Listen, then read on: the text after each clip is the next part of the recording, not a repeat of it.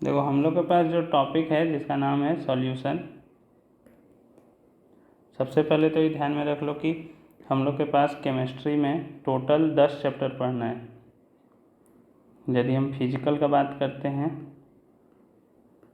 ठीक है, तो फिजिकल केमिस्ट्री में हम लोग के पास जो चैप्टर है वो है, एक है सॉल्यूशन, दूसरा है हम लोग के पास इलेक्ट्रोकेमिस्ट्री,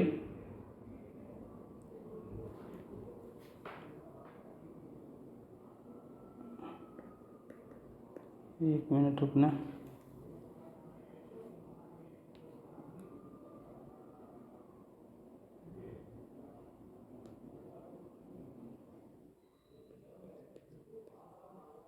इलेक्ट्रो केमिस्ट्री। तीसरा जो चैप्टर है हम लोग के पास उसका नाम है केमिकल काइनेटिक्स। केमिकल काइनेटिक्स, ये 3 चैप्टर है जो हम लोग को फिजिकल केमिस्ट्री में पढ़ना है। इनऑर्गेनिक में 2 चैप्टर है। इनऑर्गेनिक में हम लोग के पास है एक चैप्टर है जिसका नाम है D&F ब्लॉक, और दूसरा चैप्टर है जिसका नाम है कोऑर्डिनेशन कंपाउंड। कोऑर्डिनेशन कंपाउंड, ये 5 चैप्टर पढ़ना है हम लोग को, जो तुमको ये दोनों मिल जाएगा किसमें, पार्ट 1 में मिल जाएगा। केमिस्ट्री का जो NCERT है पार्ट 1, और बाकी पार्ट 2 से सब पढ़ना है। यदि हम बात करते हैं तो ऑर्गेनिक का सिर्फ 2 चैप्टर को छोड़कर, वो भी लास्ट का 2 चैप्टर। और लास्ट का 2 चैप्टर्स क्या क्या हम लोग के पास, लास्ट का 2 चैप्टर्स है पॉलीमर और केमिस्ट्री इन एवरीडे लाइफ। तो ध्यान में रखना, लास्ट का ये 2 चैप्टर जो है पॉलीमर और केमिस्ट्री इन एवरीडे लाइफ, ये 2 को हटा हुआ है। बाकी उसमें भी 5 चैप्टर है। उसमें भी कितना चैप्टर है, 5। तो सबसे पहले हम लोग यहाँ पर बात कर रहे हैं सॉल्यूशंस का। सबसे पहले जो चैप्टर है उसका नाम है सॉल्यूशंस। तो सबसे पहला बात आता है कि सॉल्यूशंस हम लोग बात कर रहे हैं, इसका मतलब किसी चीज़ का मिक्सचर्स है ये, मतलब कोई चीज़, कोई ना कोई चीज़ इसमें क्या है, मिला हुआ है, प्योर तो नहीं है पूरी तरह से, तभी हम वर्ड यूज कर रहे हैं सॉल्यूशंस। अब यहाँ पर जैसे कि हम लोग कुछ कुछ पहले जानते हैं, जैसे कि तुमको पता होगा कि वाटर को में हम लोग यदि सॉल्ट मिला देते हैं तो हम लोग उसको बोल देते हैं सॉल्ट सॉल्यूशन। शुगर मिला देंगे तो हो जाएगा शुगर सॉल्यूशन। अलग सॉल्यूशंस है, ठीक है। तो सॉल्यूशंस का यूज़ क्या है यदि हम बात करते हैं तो उसके बारे में हम लोग यहाँ पर देखेंगे कि सॉल्यूशंस यदि बनता है तो किसका किसका बन सकता है। तो मेनली हम लोग यहाँ पर देखो, सबसे पहला तो बात ये समझो कि हम लोग इस चैप्टर में मेनली लिक्विड सॉल्यूशन का बात करने वाले हैं। किसका बात करने वाले हैं, लिक्विड सॉल्यूशन का। और दूसरा चीज़ हम लोग बात करने वाले हैं सिर्फ और सिर्फ बाइनरी सॉल्यूशन का। अब बात यहाँ पे आ रहा है कि लिक्विड सॉल्यूशंस क्या होता है और बाइनरी सॉल्यूशंस क्या होता है, इसको देखेंगे। सबसे पहले तो सॉल्यूशन समझ लें, सॉल्यूशंस किसको बोलते हैं हम लोग। तो सॉल्यूशंस वैसा कोई भी होमोजीनियस मिक्सचर, वैसा कोई भी होमोजीनियस मिक्सचर जिसमें 2 या 2 से ज़्यादा कंपोनेंट मिला हुआ हो। अब यहाँ पर बात आया सॉल्यूशन जो होता है वो कैसा मिक्सचर है, होमोजीनियस मिक्सचर है। तो होमोजीनियस मिक्सचर यदि हम बोल रहे हैं, इसका मतलब होमोजीनियस होता क्या है, होमोजीनियस का मतलब क्या होता है बताओ तो। होमोजीनियस का मतलब नहीं, डिफिनिट क्वांटिटी का बात नहीं है यहाँ पर। होमोजीनियस कहने का मतलब है कि कंपोजिशन यूनिफॉर्म होता है। यूनिफॉर्म कंपोजिशन कहने का मतलब है कि सब जगह ये बराबर मिक्सअप होगा, मतलब अच्छे तरह से जहाँ पर भी मिक्सअप किया जाएगा सब बराबर होने वाला है। जैसे कि हम पानी में चीनी डालते हैं तो चीनी अच्छे से घुल जाता है, या फिर नमक डालते हैं तो नमक भी अच्छे से घुल जाता है। ऐसा नहीं होता है कि कहीं पर नहीं घुला हुआ। जैसे पानी में हम कंकड़ डाल दें, बालू डाल दें, तो वो सब नहीं घुलेगा अच्छे से, तो वो सब हिट्रोजीनियस कहलाएगा। होमोजीनियस मिक्सचर्स कहने का मतलब है कि यूनिफॉर्म कंपोजिशन होगा उसका। कैसा होगा कंपोजिशन, यूनिफॉर्म कंपोजिशन होगा पूरा मिक्सचर्स में, मतलब जहाँ तक भी हम देखेंगे तो उसको हम लोग बोलते हैं सॉल्यूशन। तो सबसे पहले ये ध्यान में रखना है कि एमसीक्यू तौर पर ये पूछा जा सकता है कि सॉल्यूशंस किसको बोलते हैं। ऑप्शन में दे देगा तुमको होमोजीनियस मिक्सचर, हेट्रोजीनियस मिक्सचर, अलग अलग तरह का। तो सॉल्यूशंस हमेशा कैसा मिक्सचर होता है, होमोजीनियस मिक्सचर होता है। दो या दो से अधिक कंपोनेंट जब आपस में होमोजीनियसली मीट करता है तब बनता है सॉल्यूशंस। अब सॉल्यूशंस में मेनली दो चीज़ होता है, पहला को हम बोलते हैं सॉल्यूट और दूसरा को हम लोग क्या बोलते हैं, सॉल्वेंट।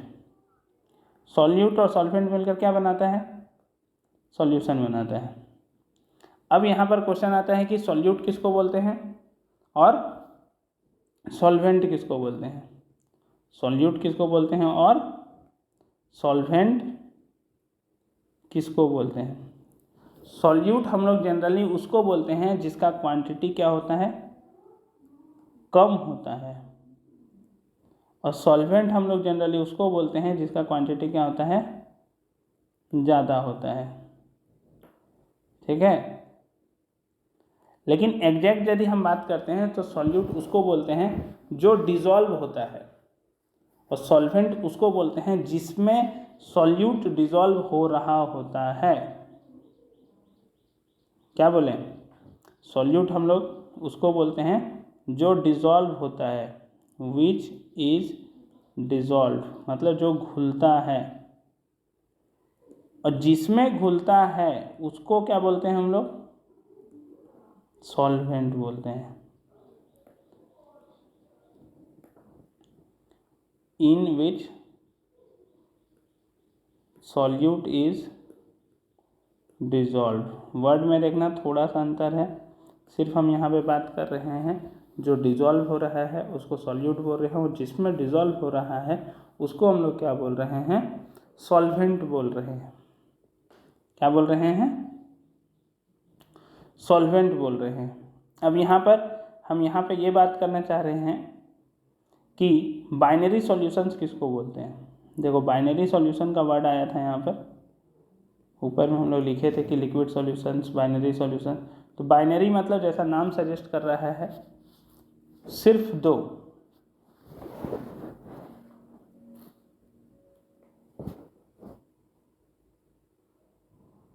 अब ठीक आ रहा है,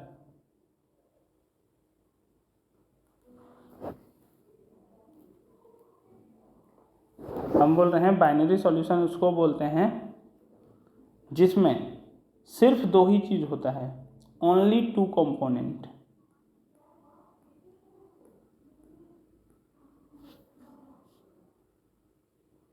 ओनली टू कंपोनेंट, सिर्फ कितना कंपोनेंट होता है,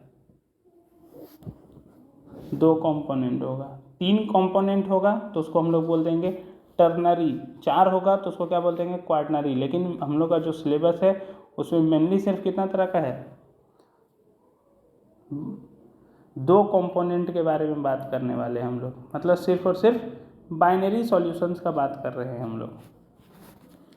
अब हमको ये पता चल गया। अब देखो यहाँ पे एक वर्ड लिखे थे हम, लिक्विड सॉल्यूशंस। अब लिक्विड सॉल्यूशंस किसको बोलते हैं, तो यहाँ पे ध्यान देना, हम लोग के पास जो सॉल्यूशंस पॉसिबल है वो टोटल 9 तरह का सॉल्यूशन पॉसिबल है। कितना तरह का पॉसिबल है, 9 तरह का। कैसे पॉसिबल है, आगे बढ़े, देखना 9 तरह का कैसे पॉसिबल है उसके बारे में समझना। हम लोग के पास क्या है, सॉल्यूट है और सॉल्वेंट है, दोनों को मिलाएंगे तो सॉल्यूशन बनेगा। अब तुम यहाँ पे ध्यान दो, यदि सॉल्वेंट मेरा सॉलिड हुआ, 3 तरह का स्टेट होता है हम लोग के पास, सॉलिड, लिक्विड और गैस। तो सॉल्वेंट हम फिक्स कर दिए हैं कि हम सॉल्वेंट को क्या ले लिए हैं, सॉलिड। तो तुम सोचो सॉल्यूट क्या क्या हो सकता है मेरा, सॉलिड भी हो सकता है, लिक्विड भी हो सकता है और गैस भी हो सकता है। तो यहाँ पर टोटल ये जो सॉल्यूशन बना, सॉल्वेंट इसमें सॉलिड है तो हम इस सॉल्यूशन को बोलेंगे सॉलिड सॉल्यूशन। क्या बोलेंगे, सॉलिड सॉल्यूशन। यही यदि मेरे पास सॉल्वेंट लिक्विड हो जाता तो सॉल्यूट उस समय भी सॉलिड हो सकता था, लिक्विड हो सकता था और गैस हो सकता था। तो उस समय जो सॉल्यूशंस होगा उसको क्या बोलेंगे हम लोग? लिक्विड था सॉल्वेंट के रूप में, तो उस सॉल्यूशंस को हम लोग बोलते हैं लिक्विड सॉल्यूशन। और यदि गैस ले लें सॉल्वेंट के रूप में तो भी सॉल्यूट मेरा क्या हो सकता है? सॉलिड हो सकता है, लिक्विड हो सकता है और गैस हो सकता है। तो अभी जो सॉल्यूशंस मिल रहा है वो कौन सा सॉल्यूशन मिल रहा है हमको? गैसियस सॉल्यूशन मिल रहा है। तो इस तरह से तुम देख लो यहाँ पर टोटल हम लोग के पास कितना सॉल्यूशंस है? 9 तरह का सॉल्यूशंस है हम लोगों के पास। कितना तरह का सॉल्यूशंस है हम लोग के पास? 9 तरह का। तो हम लोग मेनली इसमें से अभी तुमको जो बताए थे कि हम लोग जो बात करने वाले हैं वो बात करने वाले हैं लिक्विड सॉल्यूशंस का। किसका बात करने वाले हैं? लिक्विड सॉल्यूशंस का। और ये जो चैप्टर है वो मेनली उसी पर डील है करता है कि लिक्विड सॉल्यूशंस क्या होता है। तो लिक्विड सॉल्यूशंस क्या होता है? देखो, सॉल्वेंट यदि लिक्विड हुआ, सॉल्वेंट यदि क्या हुआ? लिक्विड हुआ, और सॉलिड, जैसे एक एग्जांपल देख लो, सॉल्ट और वाटर देख लिए हम लोग, सॉल्ट और वाटर हो जाएगा ना। दूसरा एग्जांपल देख लो, दोनों लिक्विड लिक्विड है, तो अल्कोहल में यदि हम वाटर मिला देते हैं तो दोनों लिक्विड लिक्विड हो जाएगा। और गैस और लिक्विड यदि देखना हो तो कोई भी कार्बन डाइऑक्साइड जैसे कोल्ड ड्रिंक में मिला हुआ रहता है, कार्बोनेटेड ड्रिंक्स, या फिर ऑक्सीजन, वाटर में ऑक्सीजन मिला हुआ रहता है, तो ये सब क्या हो जाएगा? गैस इन लिक्विड हो जाएगा। होगा कि नहीं होगा? हम क्या क्या बोले? पहला एक एग्जांपल जो हम लोग को देखना है, सॉलिड इन लिक्विड। तो सॉलिड इन लिक्विड में क्या हो जाएगा? लिक्विड इन लिक्विड में क्या हो जाएगा? और एक हम बोले गैस इन लिक्विड क्या हो जाएगा? तो पहला वाला हो जाएगा सॉल्ट प्लस वाटर। दूसरा वाला क्या हो जाएगा हम लोग का? Alcohol plus water. और तीसरा जो है वो क्या हो जाएगा हम लोग के पास? ऑक्सीजन प्लस वाटर, या फिर कार्बन डाइऑक्साइड प्लस वाटर। कोई भी एक एग्जांपल देख सकते हैं हम लोग। होगा ना? देखो, ये सब हम लोग को मेनली अब तुम समझ में आ गया होगा कि लिक्विड सॉल्यूशंस किसको बोलते हैं और बाइनरी सॉल्यूशंस किसको बोलते हैं। अब हम लोग के पास कुछ कंसंट्रेशन टर्म है जो हम लोग मोल कॉन्सेप्ट में पढ़े थे, उसी का यूज होगा यहाँ पर। तो थोड़ा सबसे पहले हम लोग कुछ कंसंट्रेशन टर्म के बारे में जान लेते हैं। ठीक है, क्या जानते हैं हम लोग? कंसंट्रेशन टर्म के बारे में। कंसंट्रेशन टर्म क्या होता है? एक्चुअली में इसलिए इसका यूज किया जाता है ताकि हम सॉल्यूशंस के कॉम्पोजिशंस को बता सकें कि इसमें क्या क्या है और कितना क्वांटिटी में है, कितना क्वांटिटी में है। और यहाँ पे ध्यान देना कि सबसे पहला बात यहाँ पे ध्यान ये देने वाला है कि सॉल्यूट जनरली कम क्वांटिटी में होता है। सॉल्यूट जनरली क्या होता है? कम क्वांटिटी में होता है। तो हम लोग जनरली मान के चलते हैं डाइल्यूट सॉल्यूशन। अब तुम सोचो, डाइल्यूट सॉल्यूशन यदि हुआ तो मेरा जो प्रॉपर्टीज़ होगा वो मेनली किसका जैसा होगा? सॉल्वेंट के जैसा होगा। जो प्रॉपर्टीज़ देखने को मिलेगा वो किसके जैसा देखने को मिलेगा हमको? सॉल्वेंट के जैसा देखने को मिलेगा। क्योंकि डाइल्यूट और कंसंट्रेटेड दो वर्ड होता है। डाइल्यूट मतलब जो बहुत कम अमाउंट में हो, और सॉल्वेंट मतलब कंसंट्रेटेड का मतलब क्या होता था कि जिसमें जो सॉल्यूट है वो ज़्यादा क्वांटिटी में होगा। डाइल्यूट में कम होता है, कंसंट्रेटेड में ज़्यादा होता है। ठीक है, तो हम लोग स्टार्ट क्या?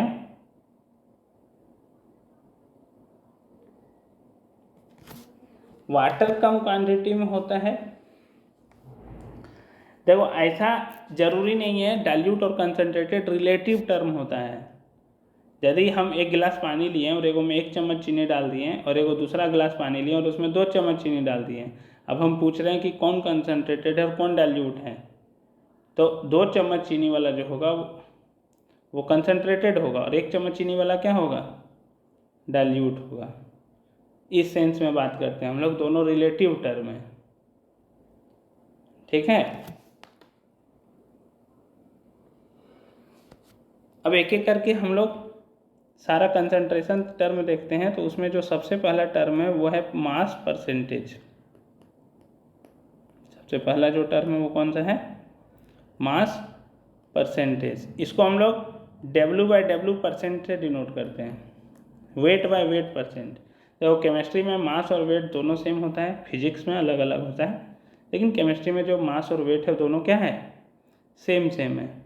तो मास परसेंटेज जो है उसी को हम लोग वेट बाय वेट परसेंटेज भी बोल देते हैं। अब इसको डिफाइन किस तरह से करते हैं ये समझना। बेसिकली मास परसेंटेज हम लोग सॉल्यूट के लिए ही निकालते हैं, ठीक है।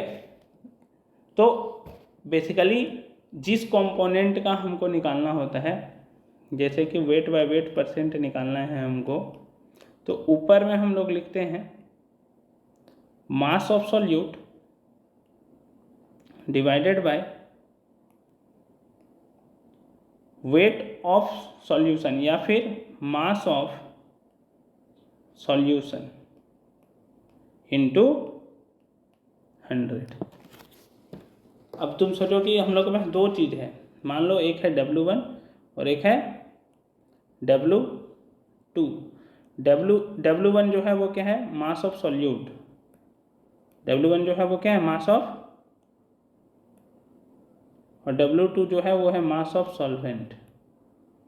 अब हमको निकालना है वेट बाय वेट परसेंट। तो क्या करेंगे हम, ऊपर में लिखेंगे मास ऑफ सॉल्यूट, तो मास ऑफ सॉल्यूट कितना हो गया, W1 डिवाइडेड बाय, नीचे क्या लिखते हैं, मास ऑफ सॉल्यूशन। सॉल्यूशन किसे किसे मिलकर बनता है, सॉल्यूट प्लस सॉल्वेंट दोनों से मिलकर बनता है ना। तो यदि दोनों से मिलकर बनता है तो हमको नीचे दोनों का मास लिखना पड़ेगा, मतलब W1 प्लस W2। अब इसको इंटू 100 कर देंगे तो परसेंटेज आ जाएगा। सिंपल सा बात है, जैसे हम परसेंटेज निकालते हैं किसी भी चीज़ का, हम लोग को मान लो परसेंटेज निकालना हो, कोई स्टूडेंट है जिसका आ गया मान लो 20 नंबर और एग्ज़ाम था मान लो 35 का, तो हम ऊपर में क्या लिखे, marks obtain divided by total marks into कितना कर दिए, 100 कर दिए। तो सेम इसी तरह मास परसेंटेज निकालना है, तो ऊपर में लिख रहे हैं mass of solute divided by total mass into 100। अब टोटल मास की जगह क्या होने वाला है, यहाँ पे सॉल्यूशन हो जाएगा, सॉल्यूशन का मास। तो सॉल्यूशन का मास तुम्हारा किसे किसे मिलकर बना है, सॉल्यूट से और सॉल्वेंट से। समझ में आया या नहीं आया। अब यहाँ पर एक चीज़ समझना कि मान लो कहीं पर लिखा हुआ है 10% शुगर सॉल्यूशन। क्या लिखा हुआ है, 10% शुगर सॉल्यूशन। 10% शुगर सॉल्यूशन का मतलब क्या हुआ, हम इसका मतलब क्या समझ सकते हैं कि 10 ग्राम, ध्यान रखना है वेट बाय वेट परसेंट दिया हुआ है, ये जो 10% है वो वेट बाय वेट परसेंट है। तो यहाँ से हम समझ सकते हैं कि जो 10 ग्राम शुगर है, 10 gram sugar is dissolve in कितना, नहीं यही तो गलत हो गया ना, ये dissolve in 100 gram of solution.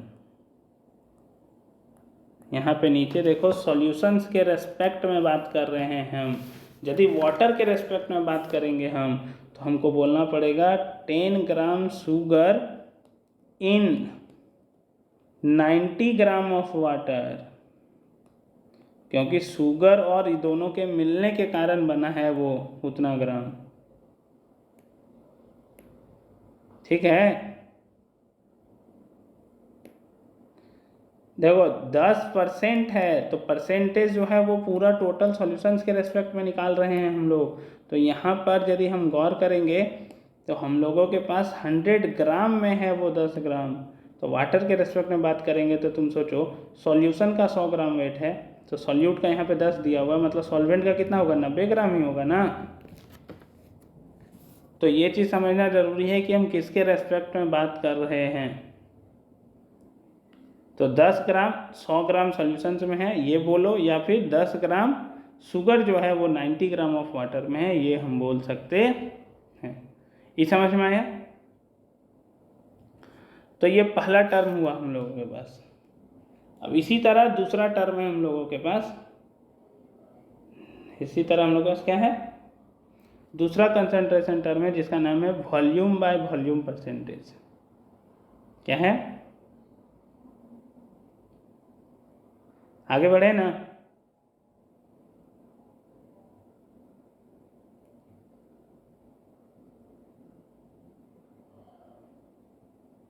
आगे बढ़ सकते हैं?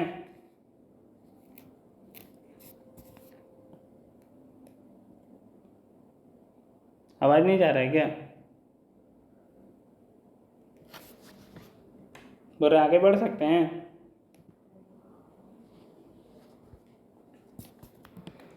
तो अगला जो है हम लोग के पास वो है वॉल्यूम बाय वॉल्यूम परसेंटेज, मतलब V bye V।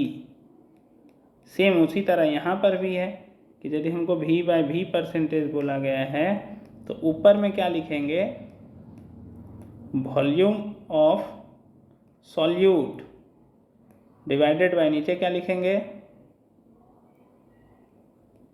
Volume of solution into 100। एक चीज़ ध्यान में रखना कि यहाँ पे क्वेश्चन पूछा जाता है कि कौन सा टर्म टेम्परेचर डिपेंडेंट होगा और कौन सा टर्म टेम्परेचर इंडिपेंडेंट होगा। तो यहाँ पर जो टर्म है हम लोग के पास, जो हम लोग वेट बाय वेट परसेंटेज का बात किए थे, तो जो वेट बाय वेट परसेंटेज होता है वो टेम्परेचर इंडिपेंडेंट होता है। जहाँ पर भी वॉल्यूम आएगा वो टेम्परेचर डिपेंडेंट होगा, और जहाँ पर वॉल्यूम नहीं आएगा वो टेम्परेचर इंडिपेंडेंट हो जाएगा। तो ध्यान में रखना कौन टेम्परेचर डिपेंडेंट होता है और कौन टेम्परेचर डिपेंडेंट होता है। क्या बोले हम, जहाँ पर भी वॉल्यूम का टर्म आ जाएगा वो सब क्या हो जाएगा, टेम्परेचर डिपेंडेंट। तो वॉल्यूम और वॉल्यूम परसेंटेज कोई पूछेगा कैसा है, तो हम क्या बोल देंगे, टेम्परेचर डिपेंडेंट टर्म है, टेम्परेचर पे डिपेंड करता है। किस पे डिपेंड करता है, टेम्परेचर पर। ठीक है। यहाँ पर भी मान लो दिया हुआ है तुम्हारे पास V1 और V2। V1 दे दिया मान लो वॉल्यूम ऑफ सॉल्यूट, और V2 दे दिया तुम्हारे पास वॉल्यूम ऑफ सॉल्वेंट। तो V बाय V परसेंट कैसे निकालेंगे हम लोग, ऊपर में क्या लिखने वाले हैं, V1, नीचे में क्या लिखने वाले हैं, V1 प्लस V2 इंटू 100। अच्छा, यहाँ पर यदि लिखा हुआ है मान लो 10% इथेनॉल सॉल्यूशन, इसका मतलब क्या होगा, 10% इथेनॉल सॉल्यूशन, इसका मतलब क्या होगा,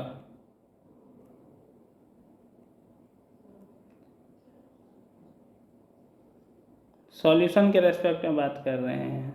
इसका मतलब 10 ml यदि हम इथेनॉल को लेते हैं तो मेरा जो सॉल्यूशन है वो 100 ml है। लेकिन यह यदि हम वाटर के रेस्पेक्ट में बात करते हैं तो 10 ml जो इथेनॉल है मेरा वो 90 ml वाटर के साथ होगा। किसके साथ होगा, 90 ml वाटर के साथ होगा। ठीक है। अब यहाँ पे ध्यान देना, एक सॉल्यूशंस होता है जो 35% वॉल्यूम बाय वॉल्यूम होता है। 35% volume by volume solution of ethylene glycol किसका होता है, इथाइलिन ग्लाइकोल का होता है। इसका यूज होता है कूलेंट करने के लिए। ये एक एंटी फ्रीज है। एंटी फ्रीज है मतलब वाटर का जो फ्रीजिंग पॉइंट है उसको बहुत कम कर देता है, और इसको यूज करते हैं हम लोग कूलेंट के रूप में। कहाँ यूज करते हैं,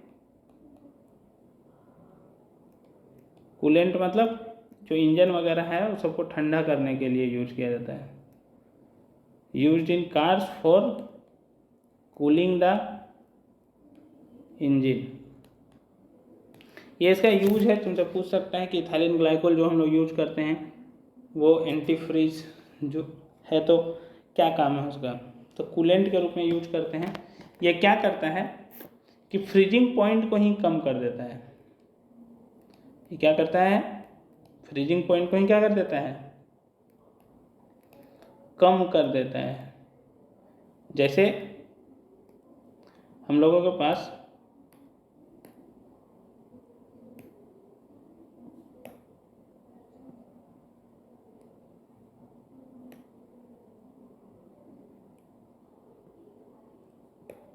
तो जैसे हम लोगों के पास हम क्या बता रहे थे, 35% volume by volume ethylene glycol के बारे में बता रहे थे। इथाइलिन ग्लाइकोल ये क्या करता है? फ्रीजिंग पॉइंट को ही कम कर देता है। Lower the freezing point. Freezing point water का कितना होता है? 0 डिग्री सेल्सियस। ये कम करके कितना कर देता है? यहाँ पे ध्यान दो, -17.6 डिग्री सेल्सियस पहुँचा देता है। इसी को यदि हम केल्विन में चेंज करते हैं तो आ जाएगा 255.4 केल्विन। 273 से घटा के देख लेना, इतना तुमको देखने को मिल जाएगा। अब बात आता है कि इथाइलिन ग्लाइकोल किसको बोलते हैं। तो इथाइलिन ग्लाइकोल होता है क्या है? 2 कार्बन होता है उसमें, एक OH ग्रुप जुड़ा हुआ रहता है इसके साथ, एक OH ग्रुप रहता है इसके साथ। बाकी दो गो यहाँ पर बॉन्ड बच रहा है इसके पास, तो 2 गो हाइड्रोजन जोड़ दो। कार्बन का वैलेंसी कितना होता है? 4 होता है ना, 4 बॉन्ड बनाता है। मतलब CH2 OH। ये है इथाइलिन ग्लाइकोल। क्या है? Ethylene glycol. समझ में आया?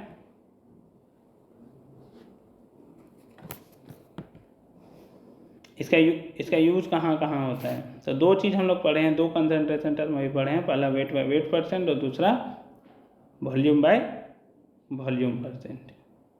ठीक है। अब हम लोग जो अगला टर्म देखने जा रहे हैं वो हम लोगों के पास है मास बाय वॉल्यूम परसेंट, या फिर उसी को हम लोग बोल सकते हैं weight by volume percent. Mass by volume percent, इसको हम लोग ऊपर में W/V% से डिनोट करते हैं। ठीक है।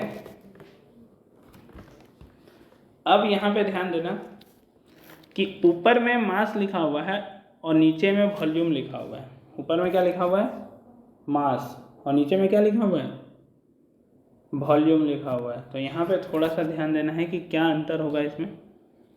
यदि हम वेट बाय वॉल्यूम परसेंट निकालना चाहते हैं, ऊपर में हमको लिखना पड़ेगा mass of solute divided by, नीचे हमको लिखना पड़ेगा volume of solution into 100।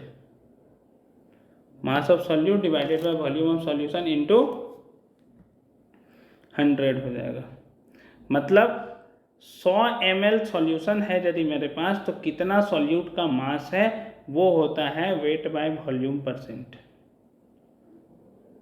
Mass of solute in 100 ml of solution.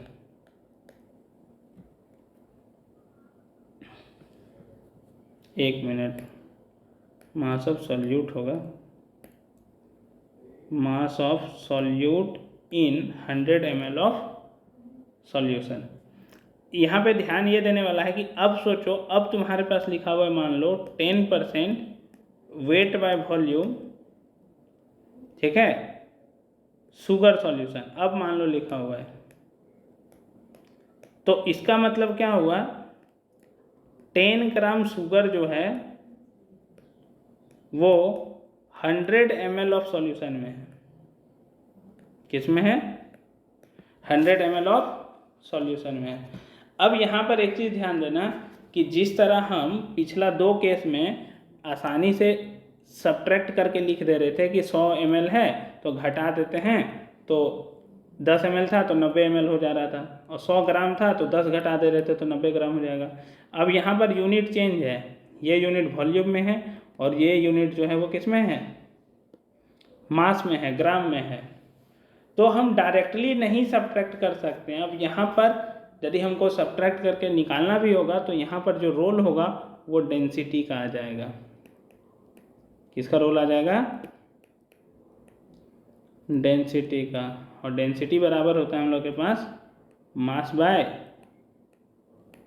Volume.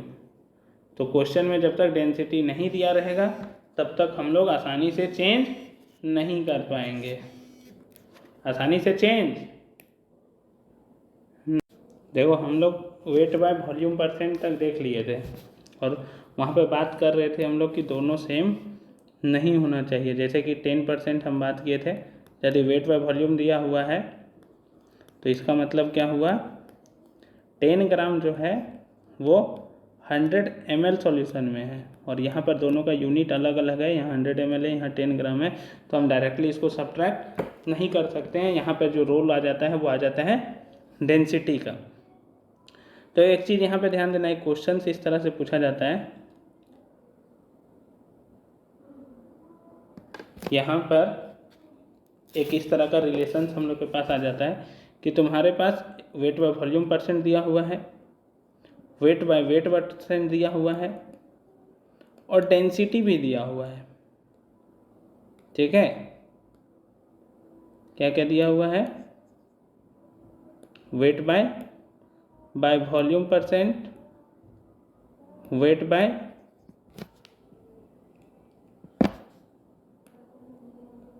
Wait percent और दिया हुआ है डेंसिटी। तुमको बोल रहा है तीनों में रिलेशंस बताना है। और ये जो डेंसिटी है वो ध्यान रखना सॉल्यूशंस का दिया हुआ है। किसका दिया हुआ है, सॉल्यूशंस का। तो यहाँ पे ध्यान देना, इन तीनों को हम एक रिलेशन से डिराइव कर सकते हैं, मतलब बात कर सकते हैं कि यदि तुमको वेट बाय वॉल्यूम परसेंट पूछा तो हम डायरेक्टली लगा सकते हैं wait by weight percent into density of solution.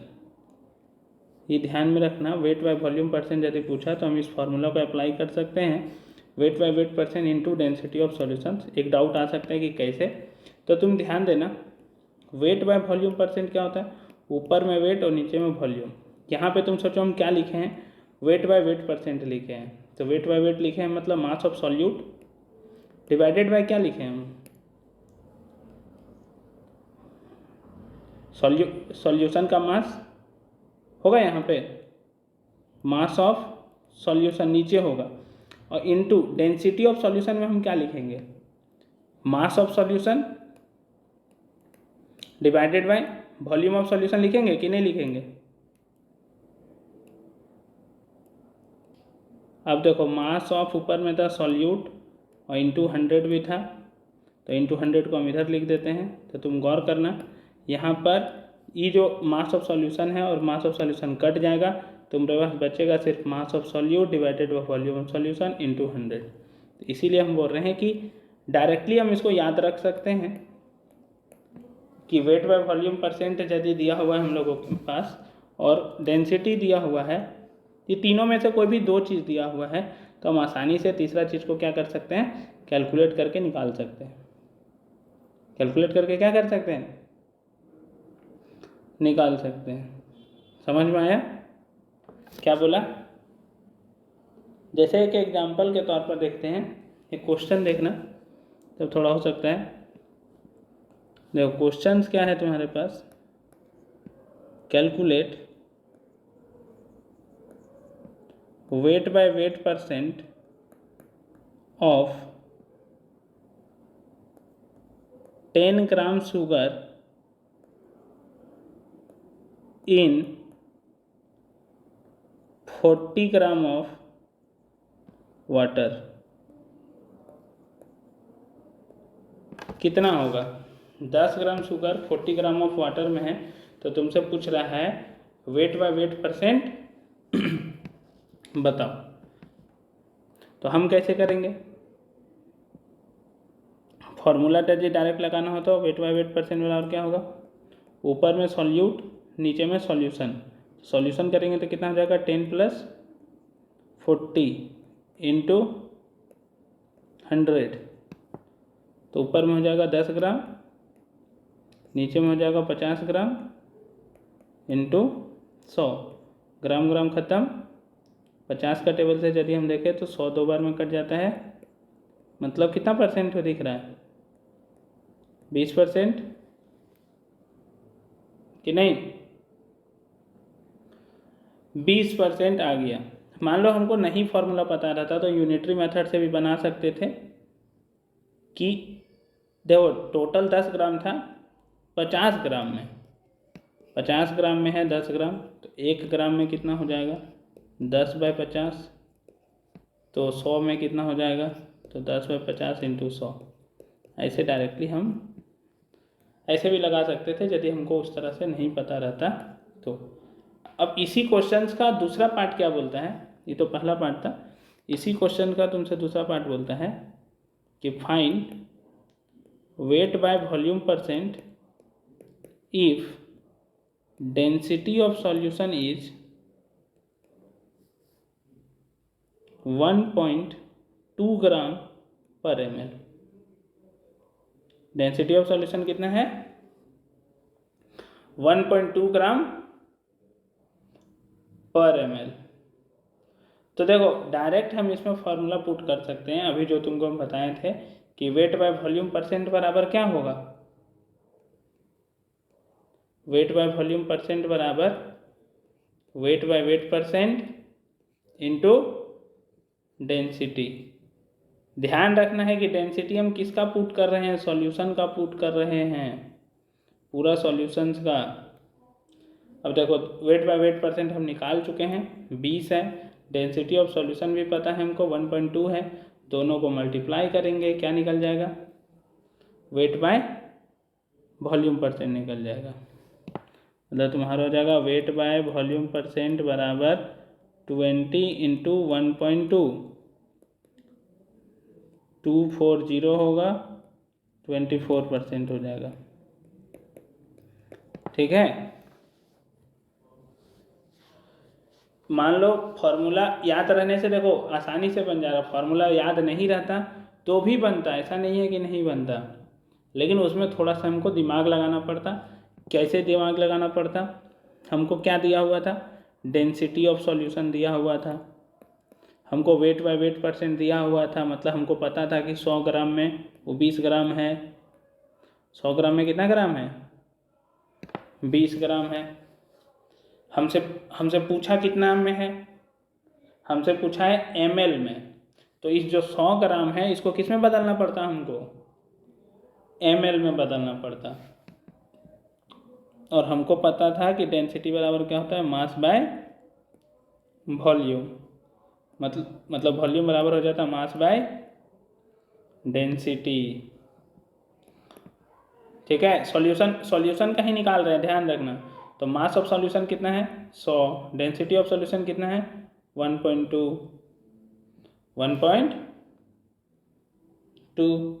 तो इस तरह से जब हम इसको कैलकुलेट करते तो ये निकलता वॉल्यूम ऑफ सॉल्यूशन, क्या निकलता वॉल्यूम ऑफ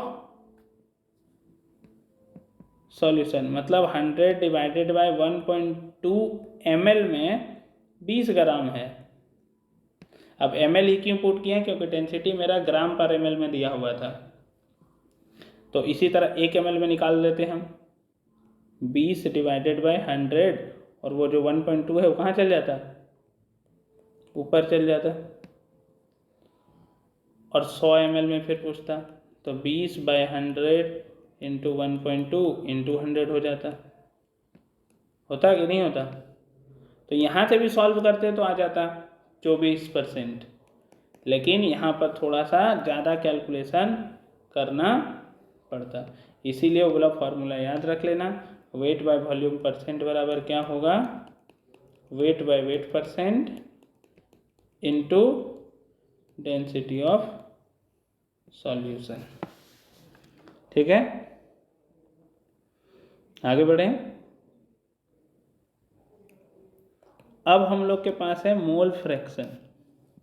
तो सबसे पहले मोल फ्रैक्शन में बात करने से पहले हम जान लेते हैं कि मोल क्या होता है और मोल को किस तरह से कैलकुलेट करते हैं। तो मोल इतना तो हम लोग को पता है कि मोल जो है एक सिंपल काउंटिंग यूनिट है, जिससे हम कैलकुलेशन को क्या करते हैं, आसान बना देते हैं। सिंपल काउंटिंग यूनिट होता है। और ये भी जानते हैं कि एक मोल में हम लोगों के पास Na पार्टिकल्स होता है।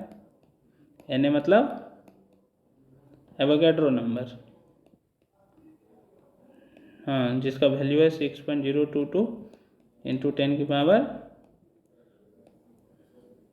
माइनस कहाँ से आ जाएगा, माइनस नहीं होता है, 6.022 इंटू 10 की पावर 23 होगा। ठीक है, अब यहाँ पर ध्यान में रखना है कि मोल निकालने के लिए जो यहाँ पर यूज होने वाला है फॉर्मूला इस चैप्टर में, वो यूज होने वाला है, ऊपर में हम लिखेंगे गिवन मास, जो रहेगा मेरा ग्राम में, डिवाइडेड बाय, नीचे हमको लिखना है मोलर मास। मोलर मास मतलब क्या होता है, एक मोल का मास, एक मोल का मास। और हम आसानी से निकाल सकते हैं उसको, जैसे कि एक एग्जांपल्स हम समझते हैं। मान लो हमको दिया 10 gram of 10 gram of water, क्या दे दिया, 10 ग्राम ऑफ वाटर, इसका मोल निकालना है हमको। तो मोल बराबर ऊपर में लिखेंगे गिवन मास, दिया हुआ है 10 ग्राम, डिवाइडेड बाय, नीचे लिखा हुआ है मोलर मास। तो वाटर का फॉर्मूला होता है H2O। H2O का यदि हम मोलर मास निकालते हैं तो हाइड्रोजन का होता है 1, 2 हाइड्रोजन है, प्लस ऑक्सीजन का होता है 16। तो 16 प्लस 2 कितना हो जाएगा, ग्राम में 18 ग्राम, मतलब एक मोल का मास हो जाएगा 18 ग्राम। इसको सॉल्व कर लेंगे, 2 का टेबल से कट जाएगा तो 5/9 मोल आ जाएगा। तो इस तरह से हम आसानी से मोल को कैलकुलेट कर सकते हैं। और इस पूरा चैप्टर में यदि हम बात करते हैं तो मोल का यही फॉर्मूला यूज होने वाला है। मोल बराबर गिवन मास डिवाइडेड बाय क्या होने वाला है, मोलर मास। ठीक है, मोलर मास मतलब होता है कि एक मोल का मास कितना है। मोलर मास का मतलब होता है mass of 1 mole of substance, mass of 1 mole of substance. एक मोल सब्सटेंस यदि दिया हुआ है तो उसका कितना मास है, वो कहलाता है हम लोगों का मोलर मास। ठीक है, मोल समझ में आ गया किस तरह से कैलकुलेट कर सकते हैं हम लोग। अब देखो मोल फ्रैक्शन, मान लो मोल फ्रैक्शंस आया, इसको बताने कि मोल फ्रैक्शंस को हम लोग किस तरह से कैलकुलेट कर सकते हैं। मोल फ्रैक्शन क्या होता है, मान लो मेरे पास एक कंटेनर है जिसमें A भी है एक कंपोनेंट और B भी एक कंपोनेंट है। तो मोल फ्रैक्शन किस तरह से निकालेंगे, A का पहले मोल निकालेंगे, तो A का मोल आ गया Na, और B का मोल आ गया Nb। तो एक हो गया मोल ऑफ A, एक हो गया मोल ऑफ B। तो टोटल मोल कितना है इसके पास यदि हम बात करते हैं तो टोटल है हम लोग के पास Na प्लस Nb। तो हम 2 ही लिए हैं, 2 से ज़्यादा लेंगे तो ज़्यादा मोल आएगा टोटल में। ठीक है, और इंडिविजुअल में भी आते जाएगा। हम 2 इसलिए बात कर रहे हैं क्योंकि मेनली हम लोग का जो टॉपिक है वो बाइनरी पे डिपेंडेंट है। मान लो C रहेगा तो प्लस Nc हो जाएगा। ठीक है, अब हमको मोल फ्रैक्शन निकालना है। तो सबसे पहले मोल फ्रैक्शन को डिनोट करते हैं हम लोग, इस तरह का एक साइन यूज करते हैं जिसको हम लोग जाई बोलते हैं। मतलब सिंपली समझने के लिए एक्स के जैसा समझ सकते हैं कि एक्स जैसा लिखते हैं। अब जिसका भी निकालना हो, जैसे मान लो हमको निकालना है मोल फ्रैक्शन ऑफ ए, क्या निकालना है, मोल फ्रैक्शन ऑफ ए। तो हम इसको किस तरह से डिनोट करेंगे, एक्स ए। अब मोल फ्रैक्शन निकालना है, फ्रैक्शन मतलब कितना पार्ट है उसका, परसेंटेज नहीं, पर तो परसेंटेज में क्या कर देते हैं 100 से मल्टीप्लाई कर देते हैं। फ्रैक्शन में क्या करना है, सिंपली जिसका निकालना है, जैसे ए का निकालना है तो ऊपर में लिखेंगे मोल of A divided by total mole. तो टोटल मोल में यहाँ पे 2 ही कंपोनेंट है, तो एन ए डिवाइडेड बाय क्या हो जाएगा, एन ए डिवाइडेड बाय क्या होगा, N A plus N B. Mole fraction of B का यदि हम बात करते हैं, बी का मोल फ्रैक्शन कितना होगा, तो बी का मोल फ्रैक्शन होगा mole of B divided by mole of A plus mole of B. ऊपर में लिखना है जिसका निकालना है, नीचे लिखना है टोटल मोल, ठीक है। अब एक से ज़्यादा रहता तो हम एक से ज़्यादा रहता तो मान लो किसी कंपोनेंट में एक से ज़्यादा है और कुछ सी का निकालना है, तो एक से ज़्यादा होता तो ऊपर में लिखते mole of C divided by mole of A plus mole of B plus mole of C. लेकिन ये कब, जब एक से ज़्यादा रहेगा तब, मतलब 2 से ज़्यादा, हम एक से ज़्यादा बोल रहे हैं, 2 का तो एग्जाम्पल दे दिए, 2 से ज़्यादा रहेगा तब ये एग्जाम्पल हम लोग यूज करने वाले हैं। यहाँ पे ध्यान ये देना है कि यदि हम मोल फ्रैक्शन का सम करते हैं, मतलब mole fraction of A plus mole fraction of B करते हैं, तो दोनों का जो सम होता है वो जोड़ने पर 1 के बराबर आ जाता है। जोड़ के देखो, यहाँ पर भी N A plus N B है, यहाँ पर भी N A plus N B है, एलसीएम होगा N A plus N B, और ऊपर में एक जगह एन ए लिखा हुआ है और एक जगह एन बी लिखा हुआ है। दोनों को जोड़ेंगे तो कितना आ जाएगा, 1 आ जाएगा। दोनों को जोड़ेंगे तो कितना आ जाएगा,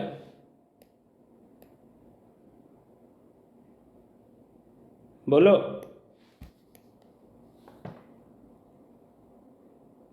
दोनों को जोड़ेंगे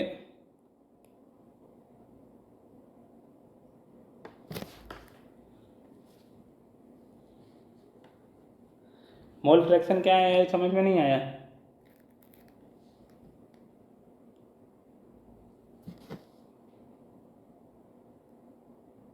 देखते हैं। अब मान लो किसी एक का मोल फ्रैक्शन हम निकाल लिए और दूसरा का निकालने बोल दिया, जैसे बी का हमको निकालना है और हम ए का निकाल चुके हैं, तो हम सिंपली क्या कर सकते हैं, 1 माइनस मोल फ्रैक्शन ऑफ ए कर सकते हैं। मतलब दूसरा के लिए इस तरह का कैलकुलेशन करने का ज़रूरत नहीं है, सिंपली 1 में से सब्ट्रैक्ट कर देंगे, आसानी से आ जाएगा हम लोगों के पास। और मोल फ्रैक्शन का बहुत रोल होगा यहाँ पर, वेपर प्रेशर वगैरह जब हम लोग डिस्कस करेंगे तब तो मोल फ्रैक्शन ध्यान रखना है कि किस तरह से यहाँ पर हम लोग सॉल्व कर सकते हैं। अब मोल फ्रैक्शन से रिलेटेड एक क्वेश्चन है हम लोग के पास, देखना जो एनसीईआरटी में है, उसमें बोलता है कि calculate the mole fraction of ethylene glycol. Ethylene glycol अभी लिखे थे हम लोग, C2H6O2 इसका फार्मूला होता है, in a solution containing 20% of C2H6O2 by mass, इतना। अब ये क्वेश्चंस है, तो यहाँ पे ध्यान क्या क्या देना है कि सबसे पहले पूछा है मोल फ्रैक्शन इथाइलिन ग्लाइकोल का, एक सॉल्यूशन दिया हुआ है जिसमें 20% C2H6 दिया हुआ है बाय मास। अब यहाँ पर एग्जैक्ट मास नहीं दिया हुआ है, हमको मोल फ्रैक्शन कैलकुलेट करना है, तो हम सिंपली मान सकते हैं कि जो सॉल्यूशंस का मास है वो कितना है, 100 ग्राम। 20% दिया हुआ है बाय मास, तो सॉल्यूशन का जो मास होगा वो कितना ग्राम होगा, 100 ग्राम। तो हम सॉल्यूशन का जो मास है वो ले लिए 100 ग्राम। अब सॉल्यूशन का यदि मास 100 ग्राम है तो C2H6 का मास कितना होगा, तो मास ऑफ C2H6O2 जो है वो सिंपल कितना हो जाएगा, 20 ग्राम हो जाएगा, क्योंकि यूनिटरी मेथड मतलब सिंपली टोटल 100 ग्राम है, तो 100 में से दिया हुआ है 20%, तो 20 ग्राम होगा ना। तो वाटर कितना होगा, तो यहाँ सोचो वाटर कितना होगा, 80 ग्राम होगा, 100 - 20। अब हमको मोल फ्रैक्शन निकालना है, इसका मतलब दोनों का तो मोल चाहिए, इसका भी मोल चाहिए और इसका भी मोल चाहिए। तो हम पहले निकाल लेते हैं मोल्स ऑफ C2H6O2। तो ध्यान देना C2H6O2 का मोल कितना होगा, ऊपर में क्या लिखते हैं, गिवन मास। तो गिवन मास कितना है, 20 ग्राम, डिवाइडेड बाय मोलर मास। इसका मोलर मास निकाल सकते हैं हम, कार्बन 2 ठो है तो 2 × 12 होगा, प्लस हाइड्रोजन 6 है तो 1 × 6 6 होता है, प्लस ऑक्सीजन 2 × 16, तो 12 दूना 24 और 6 हो गया 30, 30 और 32 कितना जा रहा है, 32 ग्राम, मतलब हाँ 62 ग्राम हो जाएगा, 62 ग्राम हो जाएगा। और इंटू कुछ करने की ज़रूरत नहीं है, नहीं इंटू करने का ज़रूरत कहाँ है, मोल निकाल रहे हैं अभी हम, क्या निकाल रहे हैं, मोल। तो ई ग्राम से ग्राम कट गया, यहाँ पे देख सकते हैं हम लोग, ये 2 का टेबल से कटेगा 10 बार में, 2 का टेबल से करेगा 31 बार में, तो 10/31 कितना मोल आ गया, एक का मोल निकल गया। सेम इसी तरह हम मोल्स ऑफ वाटर निकाल लेते हैं, किसका मोल निकाल लेते हैं, मोल्स। तो वाटर कितना ग्राम था, 80, और वाटर का मोलर मास कितना होता है, 18। तो इसको सॉल्व कर रहे हैं तो कितना आ जाएगा, 2 का टेबल से भी कट जाएगा, 40/9, 40/9। अब ध्यान देना, हमको निकालना है मोल फ्रैक्शन ऑफ C2H6O2। तो ऊपर में मोल लिखेंगे, मोल ऑफ C2H6O2, और नीचे में लिखेंगे मोल ऑफ C2H6O2। अभी हम कहीं पे डिवाइड वगैरह नहीं दिए हैं, क्योंकि हमको लास्ट काम है, इसीलिए हम सोचे यहाँ डिवाइड देने से फ़ायदा है कि यहीं पे कैलकुलेट करते हुए डिवाइड देंगे, ठीक है। और मोल ऑफ H2O, अब एक एक करके वैल्यू पुट करते हैं, एक है 10/31 और एक है 40/9, तो ऊपर में हो जाएगा 10/31 डिवाइडेड बाय 10/31 प्लस 40/9। अब यहाँ पर गौर करो, 10/31 है, एलसीएम लेंगे यदि तो 31 × 9 हो जाएगा, 31 कटेगा तो यहाँ पर आ जाएगा 10 × 9 90, प्लस यहाँ 9 कटेगा तो 31 × 40 हो जाएगा, और 31 × 40 कितना हो जाता है, 1240 हो जाएगा। अब इसको यदि हम सॉल्व करें तो हो जाएगा 10/31 डिवाइडेड बाय, ये दोनों को ऐड करेंगे तो कितना हो जाएगा, 1240 प्लस 90, 1330 आ रहा है ना, 1330 डिवाइडेड बाय 31 × 9 डिवाइडेड। अब इसको यदि हम सॉल्व करते हैं तो देखो 10/31 होगा, इंटू 31 × 9 ऊपर चल जाएगा और नीचे आ जाएगा 1330, तो 31 कट गया, एक जीरो से तुम्हारा एक जीरो कट जाएगा, तुम्हारा आ जाएगा 9/133, 9/133 को तुम डिवाइड देना, तुम्हारा आंसर आ जाएगा, ठीक है। इसको तुम यदि डिवाइड देगा तो तुम्हारे पास आएगा 0.067, और आगे जाएगा तो डिवाइड करके देख लेना। अब यही हो गया मोल फ्रैक्शन ऑफ C2H6O2, 0.067। यही यदि वाटर का पूछा रहता, तो वाटर का पूछा नहीं था, लेकिन मान लो पूछा रहता तो इसका निकालने के बाद हम 1 माइनस डायरेक्ट कर देते 0.067, फिर से हम उतना काम करने नहीं जाते, इतना सॉल्व करने नहीं जाते। यही चीज़ हम बता रहे थे कि जब मोल फ्रैक्शन पूछेगा तो उस तरह से देख लेना है कि हम लोग कितना लिखने वाले हैं। समझ में आया क्या बोले हम? तो इसको जब 0.932 आ जाएगा। ये कैलकुलेशन वाला पार्ट है। हम यहाँ पर सिर्फ लास्ट में डिवाइड दिए, वाटर का यदि निकालना होता तो 1 में से सब्ट्रैक्ट कर देते। तो ध्यान देना, क्वेश्चन इस तरह से पूछेगा तो हम लोग इस तरह से सॉल्व कर सकते हैं। समझ में आ गया? हाँ, तो यहाँ तक एक बार पढ़ लेना। आज के लिए इतना ही, फिर अगला दिन हम लोग पढ़ेंगे। ठीक है?